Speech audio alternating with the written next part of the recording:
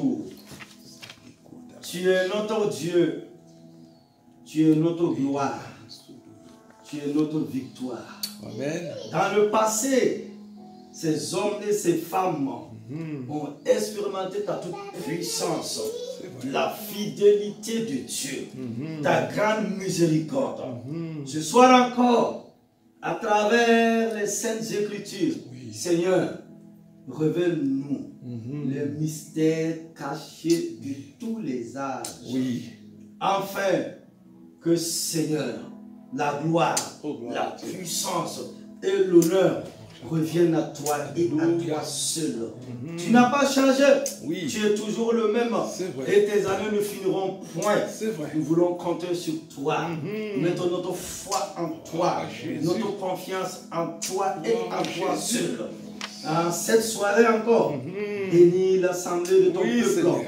Bénis ta parole qui est riche, qui est si riche, Seigneur, qui nous éclaire, qui nous conduit dans la victoire, dans le succès et dans la grâce infinie de l'éternel Dieu des armées. Au nom de Dieu le Père, au nom de Dieu le Fils, au nom de Dieu le Saint-Esprit, j'ai ainsi prié et que l'assemblée du peuple de Dieu dise Amen. Amen. Gloire à Dieu. Gloire à Dieu. Amen. Vous asseoir. Il fait beau, hein? C'est l'été. Hein? On est relax. Alléluia. Tranquille, tranquille. Gloire à Dieu. Le titre de mon enseignement, découvrir les secrets de Dieu dans nos vies pour mieux réussir. Amen. Waouh. Découvrir les secrets de Dieu dans nos vies pour mieux réussir.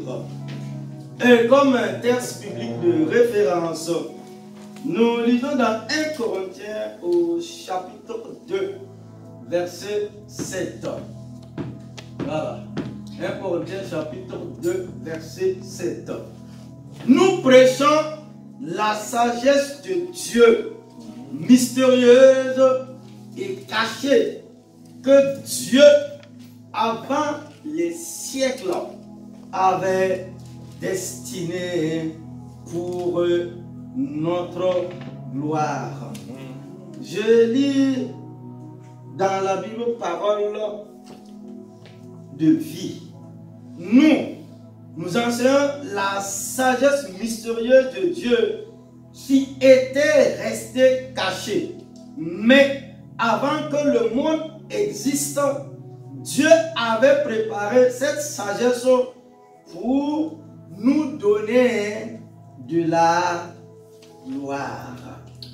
Notre deuxième texte biblique, Job, au chapitre 15, verset 8, version Darby. As-tu entendu ce que se dit dans le conseil secret de Dieu et as-tu accaparé pour toi la sagesse?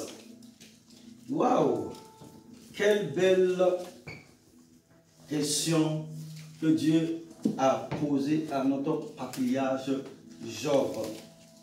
Je lis une autre version. Parole de vie. Est-ce que tu connais les secrets de Dieu? Est-ce que tu es le seul à posséder la sagesse? Waouh! Quelqu'un peut dire merci à la parole de Dieu. Dis gloire à Dieu pour sa parole. Amen. Gloire à Dieu. Il n'attend pas ton gloire à Dieu. Gloire à Dieu pour sa parole. Alléluia. Église, un secret de victoire est un secret qui fera de vous un phénomène vivant.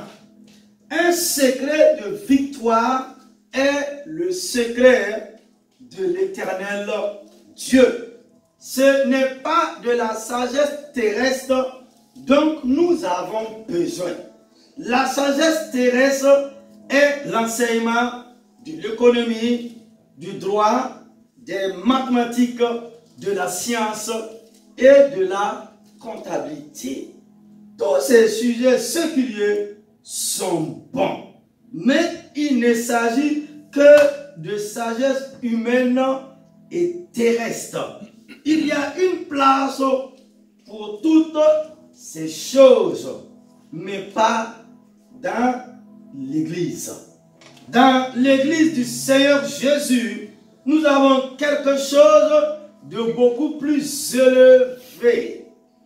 Ma parole et ma prédication ne reposaient pas sur le discours persuasif de la sagesse. Nous dit l'apôtre Paul dans 1 Corinthiens au chapitre 2, verset 4. Il y a un type de sagesse bien supérieur qui vient de Dieu. La sagesse de Dieu contient le secret de Dieu. Mon frère, ma soeur, la sagesse de l'Éternel Dieu contient le secret de Dieu. C'est de cela donc nous avons besoin dans notre vie. Nous prêchons la sagesse de Dieu, mystérieuse et cachée, que Dieu, avant les siècles, avait destinée pour notre gloire. 1 Corinthiens 2, 7. Ce type de sagesse a été ordonné pour nous rendre glorieux et pour nous transformer en merveilles vivantes. Considérons les merveilleux avantages de la découverte du secret de l'Éternel Dieu. Et il y a 6 raisons pour lesquelles nous devons découvrir le secret de Dieu. C'est ce que nous allons découvrir en 6 points au cours de l'enseignement de la soirée. Premièrement, la vie et la mort dépendent de votre découverte du secret de Dieu. Le roi reprit la parole et dit: je m'aperçois en vérité que vous voulez gagner du temps parce que vous voyez que la chose m'a échappé. Si donc vous ne me faites pas connaître le songe, la même sentence vous enveloppera tous. Vous voulez vous préparer à me dire des mensonges et des faussetés. En attendant que les temps soient changés, c'est pourquoi dites-moi le songe et je saurai si vous êtes capable de m'en donner l'explication. Les Chaldéens répondirent au roi: il n'y a personne sur cette terre des hommes qui puisse dire ce que demande le roi. Aussi jamais roi, quelque grand et puissant qu'il ait été, n'a exigé une pareille chose d'aucun magicien, astrologue ou chaldéen. Ce que le roi demande est difficile, voire même très difficile. Il n'y a personne qui puisse le dire au roi. Exempter les dieux, donc la demeure n'est pas parmi les fils des hommes. Là-dessus, le roi se mit en colère et s'irrita violemment. Il ordonna qu'on fasse périr les sages de Babylone. La sentence fut publiée. Les sages étaient mis à mort et on cherchait Daniel et ses compagnons pour les faire périr. Et Daniel se rendit vers le roi et et le pria de lui accorder du temps pour donner au roi l'explication. Ensuite, Daniel alla dans sa maison et il instruisit de cette affaire Anania, Michaël et Azaria, ses compagnons. Les engagea à implorer la miséricorde du Dieu des cieux, afin qu'on ne fût pas périr Daniel et ses compagnons avec le reste des sages de Babylone. Alors, le secret fut révélé à Daniel dans une vision pendant la nuit. Et Daniel bénit le Dieu des cieux. Daniel prit la parole et dit: béni soit le nom de Dieu d'éternité en éternité. À lui appartiennent la sagesse et la force. C'est lui qui change les temps et les circonstances, qui renverse et qui établit les rois, qui donne la sagesse aux sages et la science à ceux qui ont de l'intelligence. Il révèle ce qui est profond et caché. Il connaît ce qui est dans les ténèbres et la lumière demeure avec lui. Daniel au chapitre 2, versets 8 à 11 et versets 16 et 22, toujours au chapitre 2. Daniel et ses compagnons étaient en grand danger d'être mis à mort. Ils avaient la mort sous les yeux. Le roi savait que la plupart des sages, des astrologues et des magiciens étaient des hypocrites pleins de tromperie. Le roi Nebuchadnezzar voulait désespérément débarrasser son palais de tous les imposteurs. Le critère établi par le roi garantirait que seuls les vrais sages resteraient dans son palais comme conseillers. Pour être un bon conseiller, vous devrez connaître certains secrets. Il y a des secrets derrière tout grand accomplissement et derrière toute personne extraordinaire. Souvent, nous spéculons à tort sur ce qui fait la grandeur d'une personne. La plupart du temps, nous ne connaissons pas vraiment le secret de la grandeur de quelqu'un. Découvrir certains secrets vous empêchera de périr. L'esprit de connaissance est aussi l'esprit de Dieu. Quand l'ennemi viendra comme un fleuve, l'esprit de l'Éternel le mettra en fuite.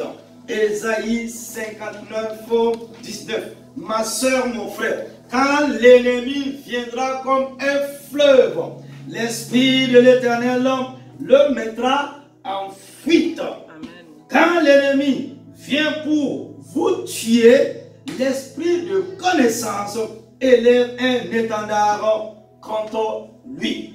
Le mot étendard est nu en hébreu, ce qui signifie faire disparaître.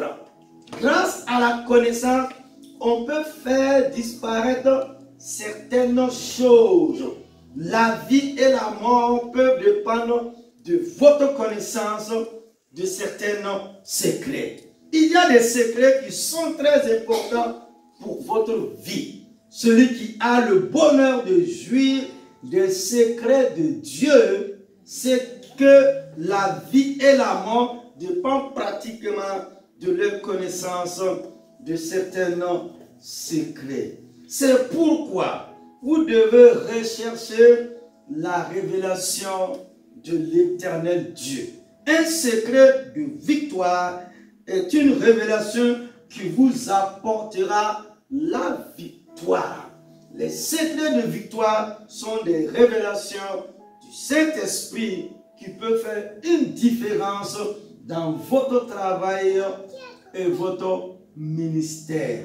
Souvent, La différence entre la vie et la mort est un peu de connaissance. Dieu peut vous accorder la connaissance aujourd'hui.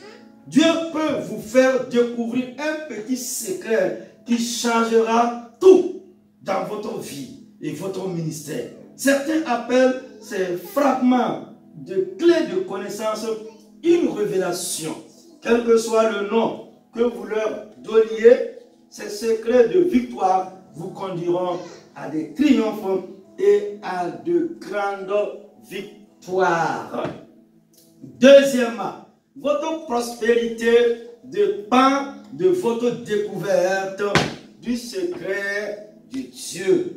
Mon frère, ma soeur, votre prospérité dépend de votre découverte du secret de Dieu.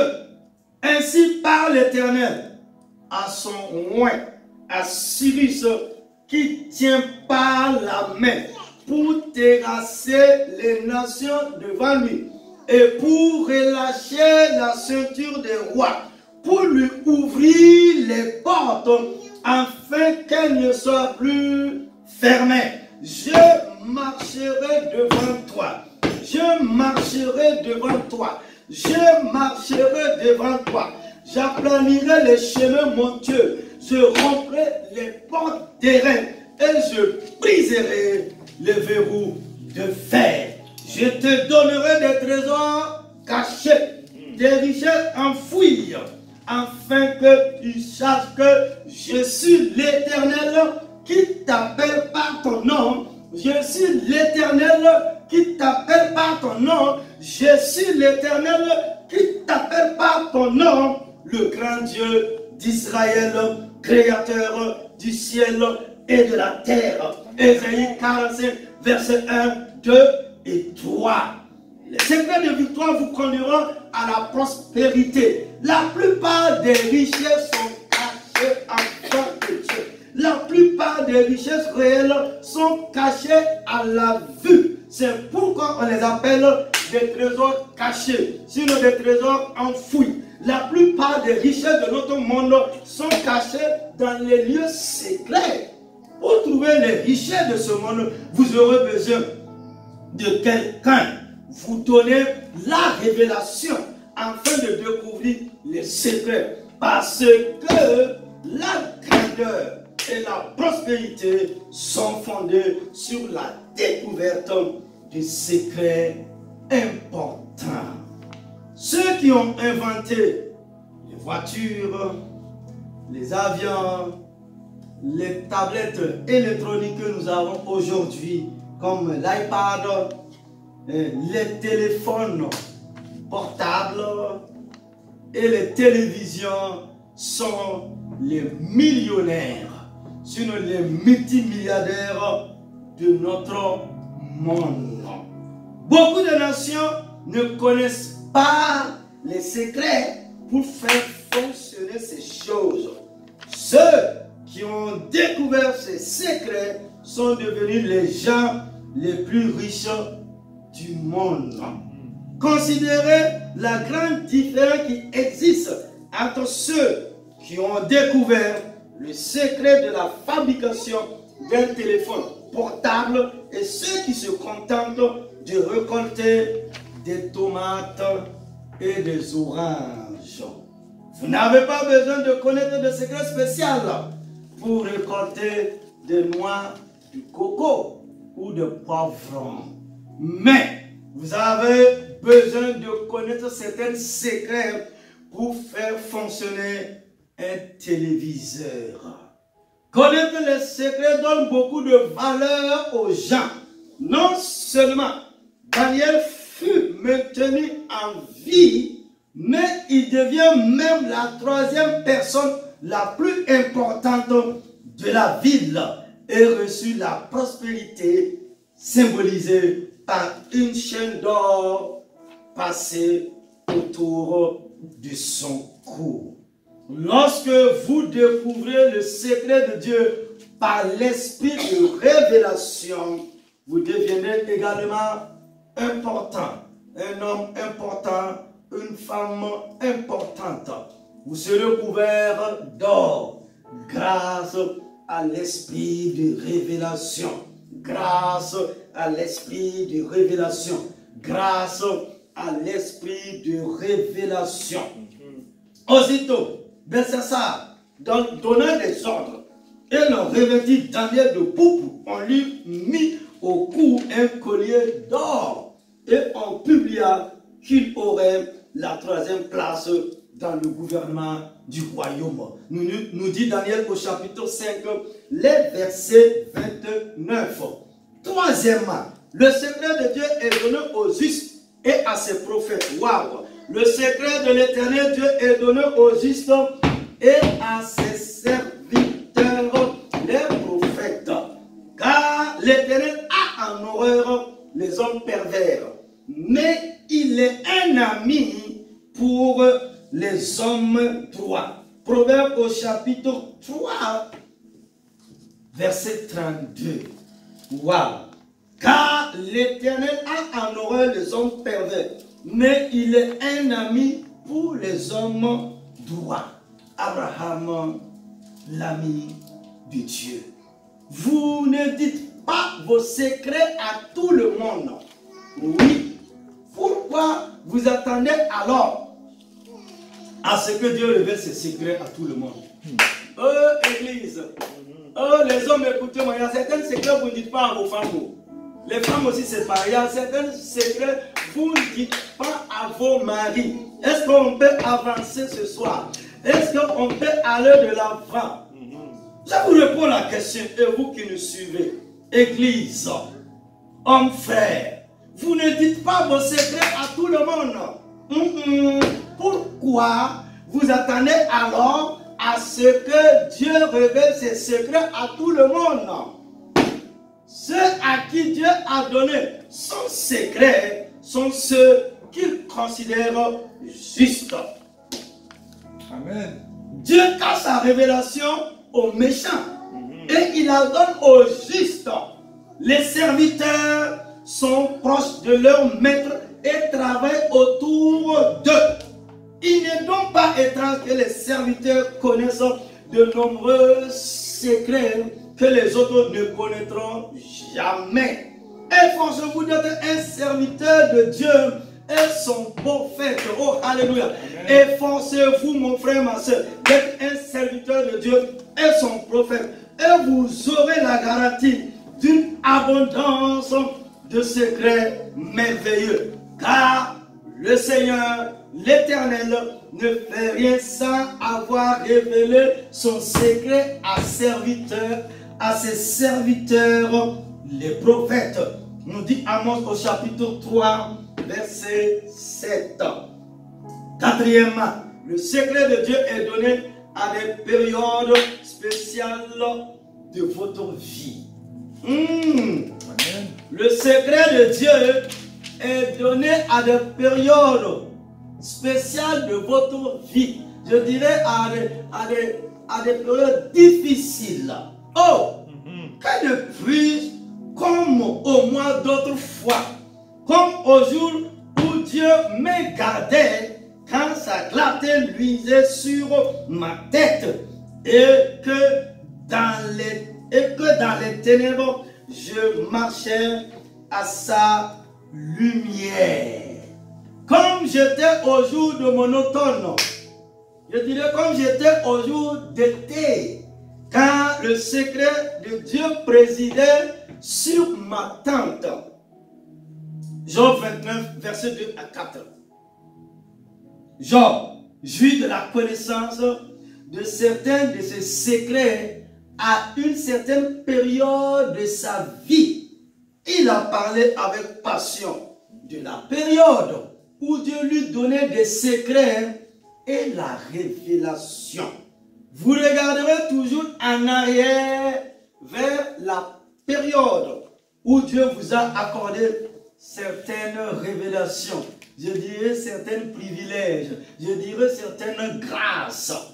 Je voulais désespérément revivre ces moments de révélation.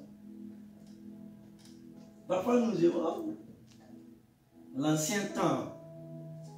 Parfois, on a envie de revenir dans les années 50, 60, 70. Donc, la Bible m'enseigne, Église. Jean voulait désespérément revivre ces moments de révélation. Les vrais prophètes vous diront quand ils ont une révélation et quand ils n'en ont pas. La réalité est que la révélation ne vient pas tout le temps. Oh yes, quelqu'un m'a compris. Les vrais prophètes vous diront quand ils ont une révélation et quand ils n'en ont pas. Pourquoi? La réalité est que la révélation ne vient pas tout le temps. Jean disait qu'il regrettait de ne plus être jeune quand les secrets de Dieu lui étaient révélés. Jean au chapitre 29, verset 4. Ce grand homme de Dieu, Kenneth Hagin, j'ai presque la collection de ses livres, environ une quarantaine de livres. Kenneth Hagin a décrit comment Dieu l'a béni de 8 visions de Jésus-Christ entre les années 1950 et 1958. Il a décrit comment le Seigneur ne lui est plus apparu de cette façon à partir de 1958. Kenneth Hagin n'avait que 33 ans quand le Seigneur lui apparut, Église. Il a servi comme ministre, comme serviteur de Dieu, jusqu'à l'âge de 86 ans. De 33 ans à 86 ans, cela veut dire il a servi Dieu pendant 53 ans. Et Dieu ne s'est pas révélé tout le temps et il n'a pas prophétisé tout le temps. Presque plus d'un demi-siècle de ministère public sur cette terre des hommes. Cet homme qui était condamné par la médecine à partir, à mourir à l'âge de 17-18 ans, il a vécu jusqu'à 86 ans. Pourquoi? Ma soeur, mon frère, il est important de découvrir des secrets quand on est jeune. Mon ami, il est très important, c'est l'heure même, c'est le temps, de découvrir des secrets de Dieu quand on est jeune, très jeune. Quand vous êtes jeune, vous avez toute votre vie devant vous. Vous aurez une bonne chance de mettre en œuvre les secrets et les révélations que Dieu vous montre. Cherchez d'abord Dieu et bâtir d'abord son royaume sont les secrets divins de prospérité.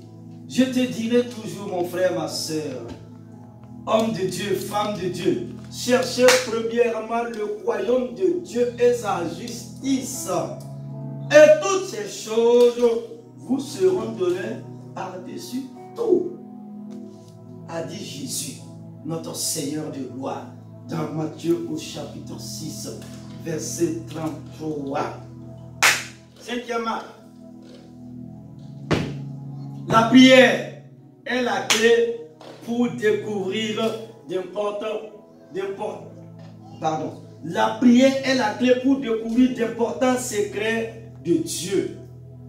Je dis cinquièmement, la prière, c'est la clé pour découvrir d'importants secrets de Dieu. Pourquoi? Ensuite, Daniel alla dans sa maison et il instruisit de cette affaire Anania, Misaël et Azaria, ses compagnons, les engageant à implorer la miséricorde du Dieu des cieux, afin qu'il ne fût pas périr Daniel et ses compagnons avec le reste des sages de Babylone. Alors, le secret fut révélé à Daniel dans une vision pendant la nuit. Et Daniel bénit le Dieu des cieux. Daniel prit la parole et dit: béni soit le nom de l'Éternel, d'éternité en éternité. À lui appartiennent la sagesse et la force. C'est lui qui change les temps et les circonstances, qui renverse et qui établit les rois, qui donne la sagesse aux sages, de la science à ceux qui ont de l'intelligence. Il révèle ce qui est profond et caché. Il connaît ce qui est dans les ténèbres et la lumière demeure avec lui. Dieu de mes pères, je te glorifie et je te loue de ce que tu m'as donné, la sagesse et la force, et de ce que tu m'as fait connaître, ce que nous t'avons demandé, de ce que tu nous as révélé, le secret du roi, celui du monarque. Daniel au chapitre 2, versets 17 à 23. Quand Daniel et son équipe ont eu besoin de connaître certains secrets, ils ont prié. Ils ont prié. Ils ont prié. Daniel a demandé à Dieu de leur faire miséricorde. Dieu leur a donné le secret de ce qu'ils avaient besoin de savoir. L'apôtre Paul a prié pour recevoir l'esprit de révélation. Il a prié afin que le Dieu de notre Seigneur Jésus-Christ, le Père de gloire, puisse donner un esprit de sagesse et de révélation dans sa connaissance. Éphésiens au chapitre 1, verset 17. La prière est la clé principale pour découvrir d'importants secrets de votre vie.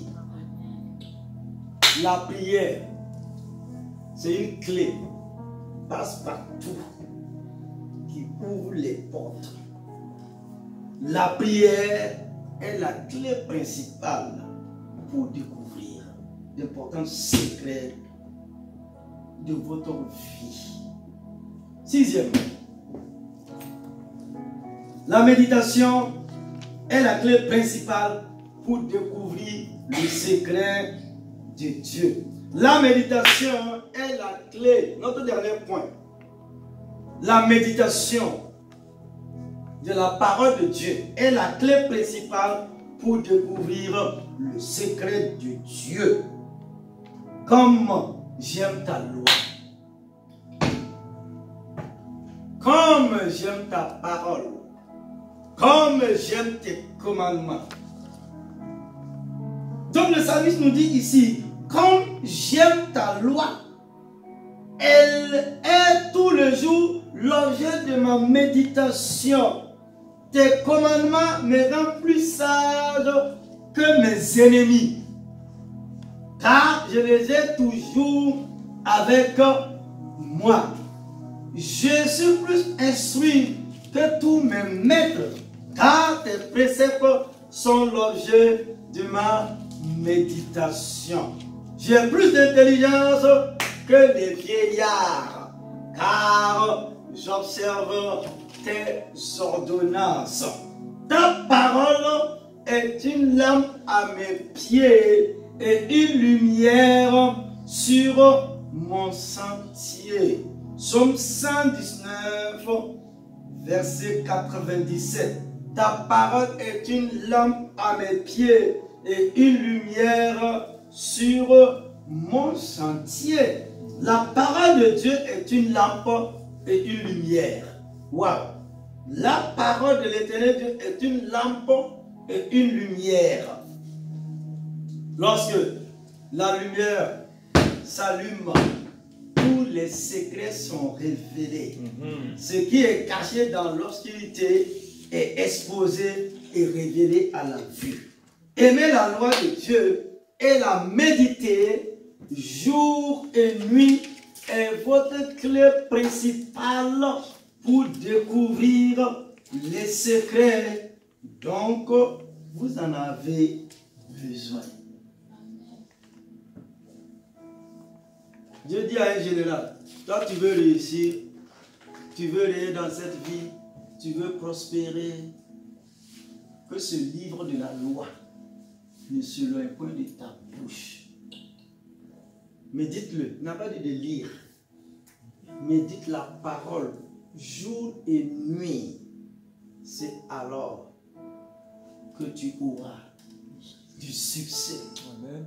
C'est alors que tu vas réussir. Il parle du succès et il parle aussi de la réussite.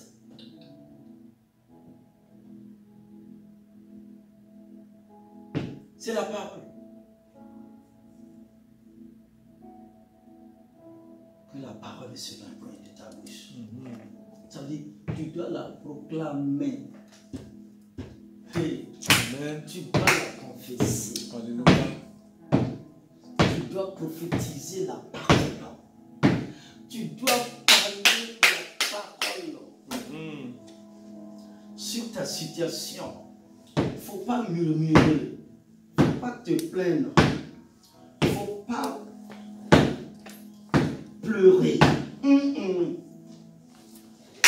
Parle. Amen. Parle à la tempête. Parle à la tempête. Je dis parle à la tempête. Alléluia. Comme le Seigneur Jésus. Parce qu'il y a une puissance. Il y a une puissance. Il y a une puissance dans la parole révélée, dans le rhéma de Dieu, dans la parole qui est esprit et vie. C'est pourquoi Dieu a envoyé sa parole pour les guérir, pour les délivrer et te faire sortir de la force. C'est dans la maladie que tu dois dire, que tu dois parler. Non, non, non, non, non, non, non, non, je ne mourrai pas.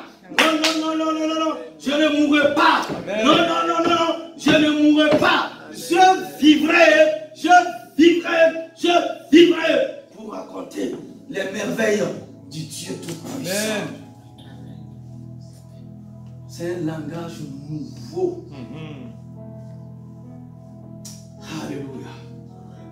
Conclusion.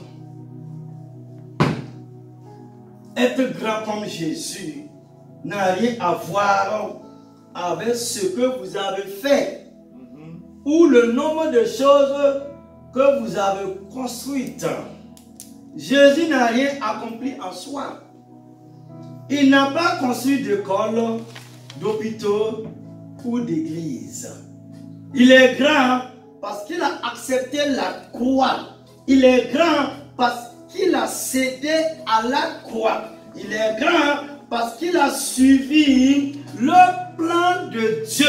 Il est grand parce qu'il s'est laissé baptiser du terrible baptême de la croix et parce qu'il connaissait les secrets de Dieu pour son passage sur cette terre des hommes. Qu'il en soit ainsi pour toi, mon frère, ma soeur. Qu'il en soit ainsi pour nous. Qu'il en soit ainsi pour le peuple de Dieu. Le plan et les objectifs de Dieu que nous sommes venus pour accomplir sur cette terre des hommes. Même si tu passes par la vallée de l'ombre de la mort, même si on t'a jeté dans la fosse au lion, même si tu es dans une fournaise ardente, tu dois parler au roi. Amen. Tu dois les éclairer. Amen. Tu dois communiquer la pensée de Dieu. Alléluia. Tu dois communiquer la puissance de Dieu. La force ne peut pas te retenir. Amen. Je dis la force au lion ne peut pas te retenir. Amen. Les lieux sataniques ne peuvent rien contre ta destinée. Les lieux sataniques ne peuvent pas annuler la prophétie de Dieu pour ta vie. Amen. Oh mon frère, ma soeur, la fournaise ardente ne va pas te consumer, Amen. ne va pas te calciner. Amen. Ésaïe dit, l'Éternel est celui, même si je passe par le feu, il va envoyer l'eau. Même Amen. si je passe par le feu, il va me délivrer. Amen. Même si les autres se lèvent pour essayer de m'engloutir, Dieu sera mon secours. Alléluia. Dieu sera mon secours. Amen. Dieu sera mon secours. Gloire à Mais regarde Jésus. pas ce que tu vis à l'heure présente, à l'instant présent. Non, non, non, non, non. Regarde à la grandeur de ton Amen. Dieu. Amen. Regarde à la puissance de ton Dieu. Alléluia. Regarde à l'ancien des jours. Oui. Le Dieu d'éternité Oui. qui est assis sur son trône, qui est égal à lui-même. Celui qui prend le pauvre du fumier et il le fait qu'on a appelé la délaissée, la prostituée. Oh, la femme stérile, c'est lui qui donne enfant. C'est lui qui bénit. Dieu a permis, c'est lui qui renverse les temps et les circonstances. Il va te communiquer une pensée. Il va te communiquer une révélation. Il va te communiquer une vision. Et à partir de ce moment, l'histoire de ta vie va changer. L'histoire de ta vie va changer. L'histoire de ta vie va changer. Je dis l'histoire de ta vie va changer. Au nom de Jésus de Nazareth. Au nom de Jésus de Nazareth. Au nom de Jésus de Nazareth. Amen, amen, amen, amen. Gloire à Dieu. Gloire à Dieu. Gloire à Dieu. Celui qui a gloire à Dieu. Celui qui donne les secrets. Celui qui donne les mystères. Celui qui est glorieux. Celui qui a demeure éternel. Il s'appelle l'éternel. Il s'appelle l'éternel. Il s'appelle l'ancien des jours. Il s'appelle l'ancien des jours. Il s'appelle le Dieu d'éternité. Il a dit commencement. Il a dit fait. Comme si ma destinée, sont en train de faire le Dieu. Je n'ai pas à craindre. Je n'ai pas à craindre. Je n'ai pas à craindre. Ce que je dois faire, c'est d'obéir, m'accrocher à Dieu, m'obéir à sa m'accrocher à Dieu, faire sa volonté. Dis à Dieu, que ton plan et tes objectifs s'accomplissent dans ma vie. Amen.